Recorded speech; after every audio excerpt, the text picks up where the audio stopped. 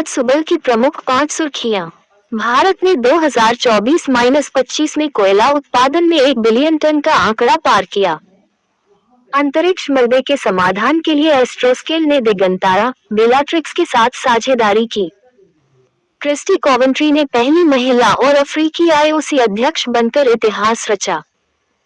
DPIIT और yes bank ने भारत की स्टार्टअप इकोसिस्टम को बढ़ावा देने के लिए साझेदारी की।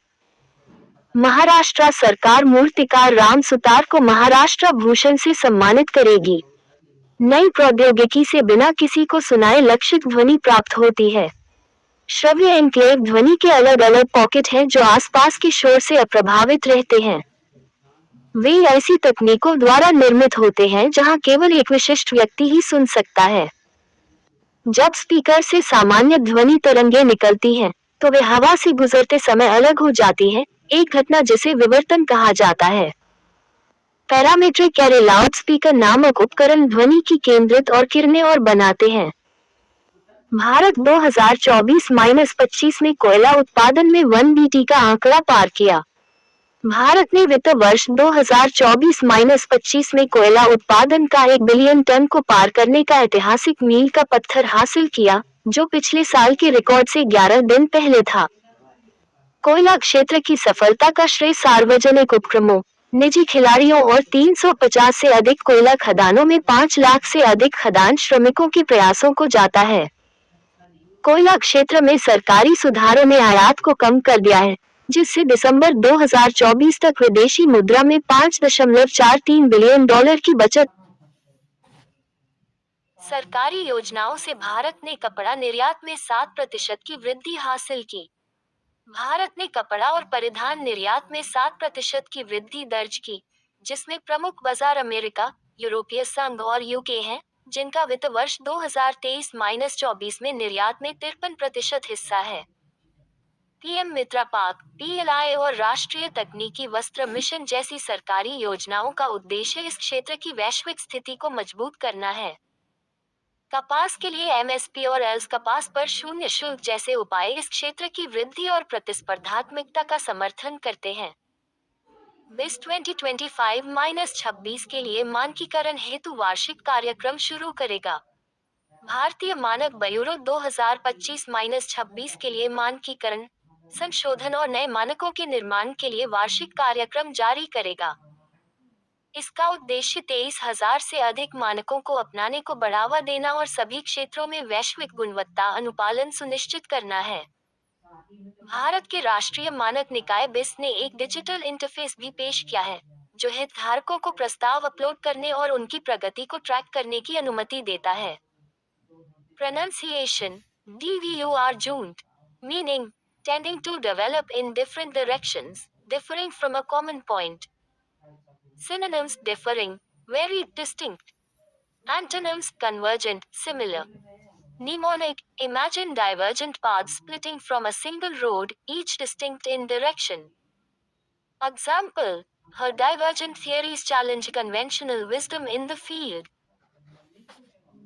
बायोसारथी के लॉन्च के साथ भारत की जैव अर्थव्यवस्था $165 बिलियन तक पहुंची।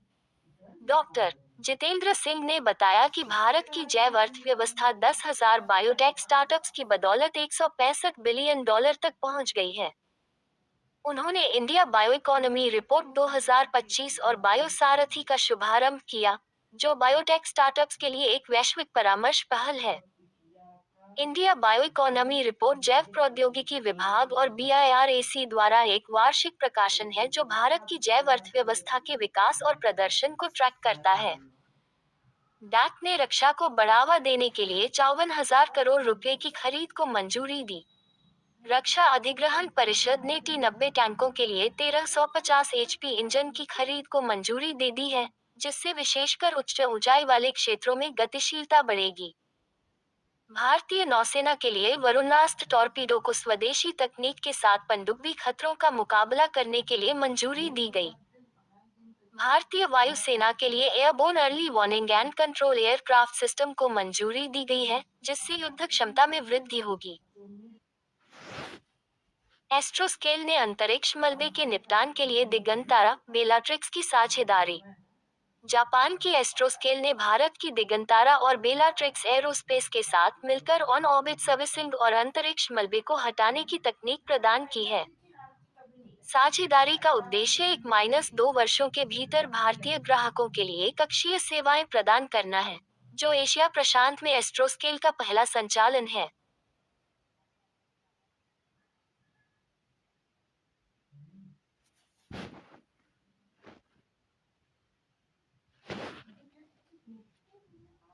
किर्स्टी कोवेंट्री ने पहली महिला और अफ्रीकी आईओसी अध्यक्ष बनकर इतिहास रचा।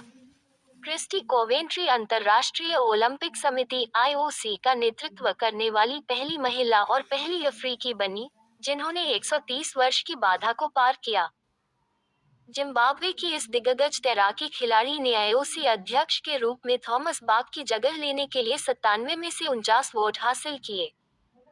कोवेंट्री की जीत आईओसी की विविधता और वैश्विक समावेशिता के प्रति प्रतिबद्धता को दर्शाती है। सूडानी सेना ने खार्तूम में राष्ट्रपति भवन पर पूर्ण नियंत्रण कर लिया। अर्धसैनिक रैपिड सपोर्ट फोर्सेज (आरएसएफ) के 7 महीनों के संघर्ष के बाद सूडानी सेना ने खार्तूम में राष्ट्रपति भवन पर पूर्ण नियंत्रण कर लिया। सेना ने राजधानी में रुक रुक कर हो रही गोलीबारी के बीच महल के आसपास आरएसएफ सदस्यों की तलाश में तलाशी अभियान चलाया।